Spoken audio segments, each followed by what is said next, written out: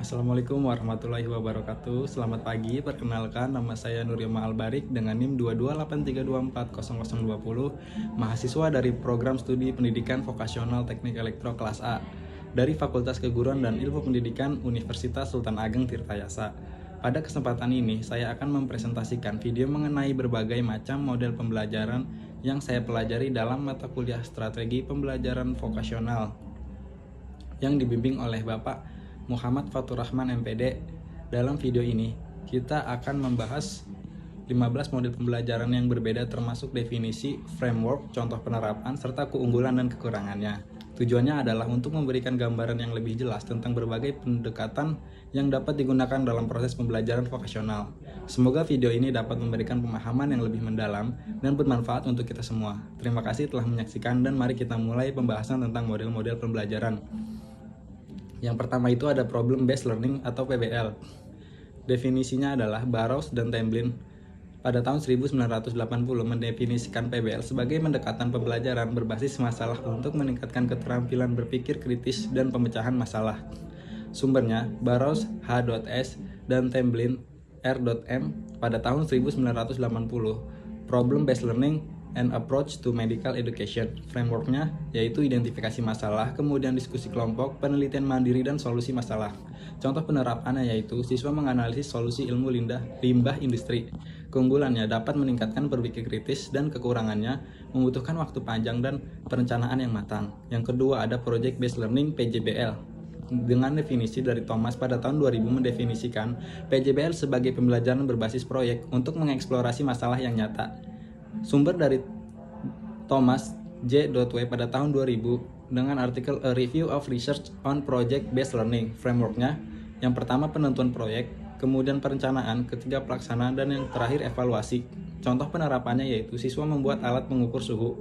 Keunggulan dari Project Based Learning yaitu mengembangkan kreativitas dan kekurangannya membutuhkan sumber daya.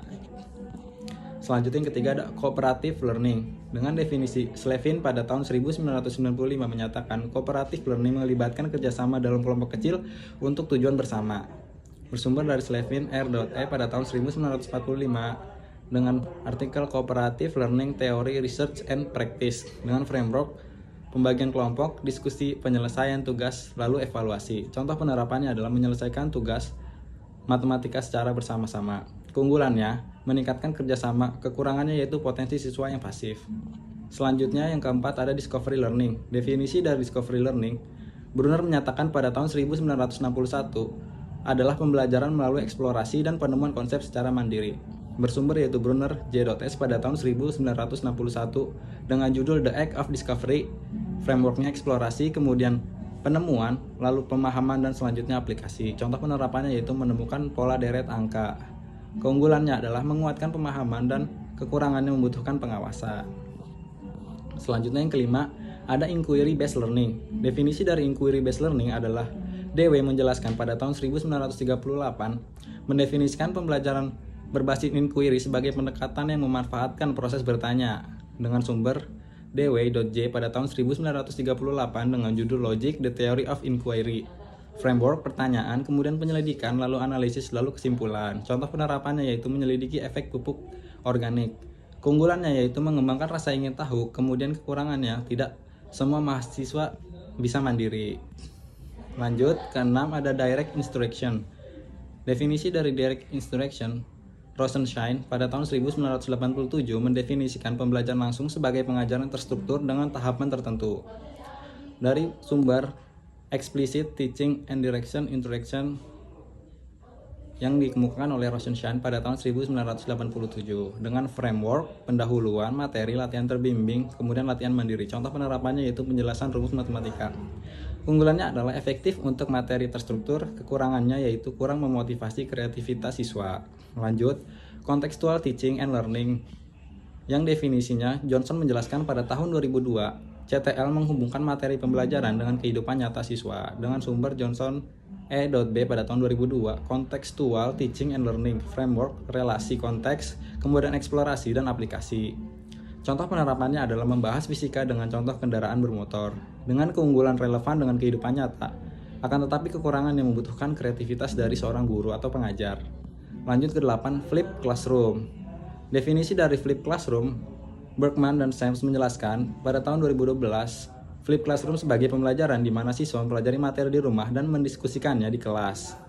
Bersumber dari Berkman, J, dan Sams A pada tahun 2012 dengan judul Flip Your Classroom, Framework Materi di Rumah, kemudian diskusi di kelas, lalu evaluasi. Contoh penerapannya adalah siswa menonton video pembelajaran sebelum masuk kelas. Keunggulannya adalah efisiensi waktu saat diskusi, akan tetapi memiliki kekurangan membutuhkan akses teknologi. Yang kesembilan ada experiential learning. Definisinya, Kolb menjelaskan pada tahun 1984, pembelajaran berbasis pengalaman menekankan pada pembelajaran langsung. Dengan judul sumber Experiential Learning, Experience as the Source of Learning and Development. Frameworknya adalah pengalaman, kemudian refleksi, selanjutnya konseptualisasi dan aplikasi. Contoh, penerapan praktik di bengkel misalnya. Keunggulannya yaitu menguatkan keterampilan praktis, lalu kekurangannya membutuhkan fasilitas yang memadai. Selanjutnya ada hybrid learning, yang dimana Graham pada tahun 2006 mendefinisikan hybrid learning sebagai kombinasi pembelajaran daring dan tatap muka, yang bersumber dari Graham C.R. pada tahun 2006 dengan judul Blended Learning System. Frameworknya, materi daring, kemudian diskusi tatap muka, selanjutnya evaluasi. Contoh penerapannya adalah teori secara online, kemudian praktik di kelas. Keunggulannya yaitu memiliki fleksibilitas, kekurangannya adalah tidak cocok untuk semua bidang. Dan yang ke-11, Mastery Learning. Definisinya belum menjelaskan pada tahun 1968, Mastery Learning meningkatkan penguasaan penuh sebelum lanjut ke materi berikutnya dengan sumber judul Learning for Mastery Bloom B.S. pada tahun 1968. Frameworknya adalah materi, kemudian evaluasi, remedial secara lanjut. Kemudian contoh penerapannya, pelatihan teknik dasar sebelum teknik kelanjutan. Keunggulannya, penguasaan yang mendalam akan tetapi kekurangannya membutuhkan waktu yang lebih lama. Selanjutnya yang ke-12 ada Game-Based Learning, di mana game menjelaskan pada tahun 2003, pembelajaran berbasis game memanfaatkan elemen permainan dengan sumber judul yaitu What Video Games Have to Teach Us About Learning and Literacy. Framework yaitu mendesain permainan, kemudian implementasinya, lalu ke evaluasi. Contoh penerapannya yaitu dengan kuis Kahoot ataupun kuisis yang sering kita lakukan. Keunggulannya adalah meningkatkan motivasi para siswa dan kekurangannya membutuhkan waktu untuk mendesain game tersebut. Lanjut ke 13 ada Inquiry Training Model. Definisi dari Inquiry Training Model adalah Sussman pada tahun 1962 menyatakan model ini melibatkan penyelidikan yang aktif, bersumber dari Sussman J.R. pada tahun 1962 dengan judul Inquiry Development Program dengan framework, hipotesis, eksperimen, analisis, dan kemudian kesimpulan. Contoh penerapannya adalah penelitian perubahan warna air sungai. Dengan keunggulan melatih metode ilmiah, akan tetapi memiliki kekurangan membutuhkan bimbingan intensif. Yang ke-14, Differentiated Instruction. Definisinya adalah Tomlinson pada tahun 2001 menyatakan pembelajaran disesuaikan dengan kebutuhan siswa. Dengan sumber Tomlinson C.A. pada tahun 2001, How to Differentiate Instruction in Mixed Ability. Contohnya adalah framework, analisis siswa, kemudian penyesuaian metode dan pelaksanaan. Contoh penerapan dari Differentiated Instruction yaitu soal dengan tingkat kesulitan yang berbeda-beda. Keunggulannya yaitu memenuhi kebutuhan para siswa, kemudian kekurangannya adalah membutuhkan waktu yang sedikit lebih lama. Yang terakhir 15 yaitu ada Simulation Based Learning.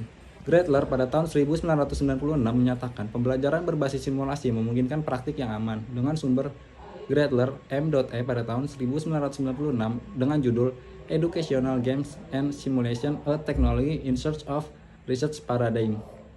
Dengan framework yaitu simulasi, kemudian ada refleksi, lalu evaluasi. Contohnya adalah simulasi terhadap mesin CNC. Keunggulannya adalah praktik aman dan kekurangannya membutuhkan teknologi yang mahir atau teknologi yang canggih.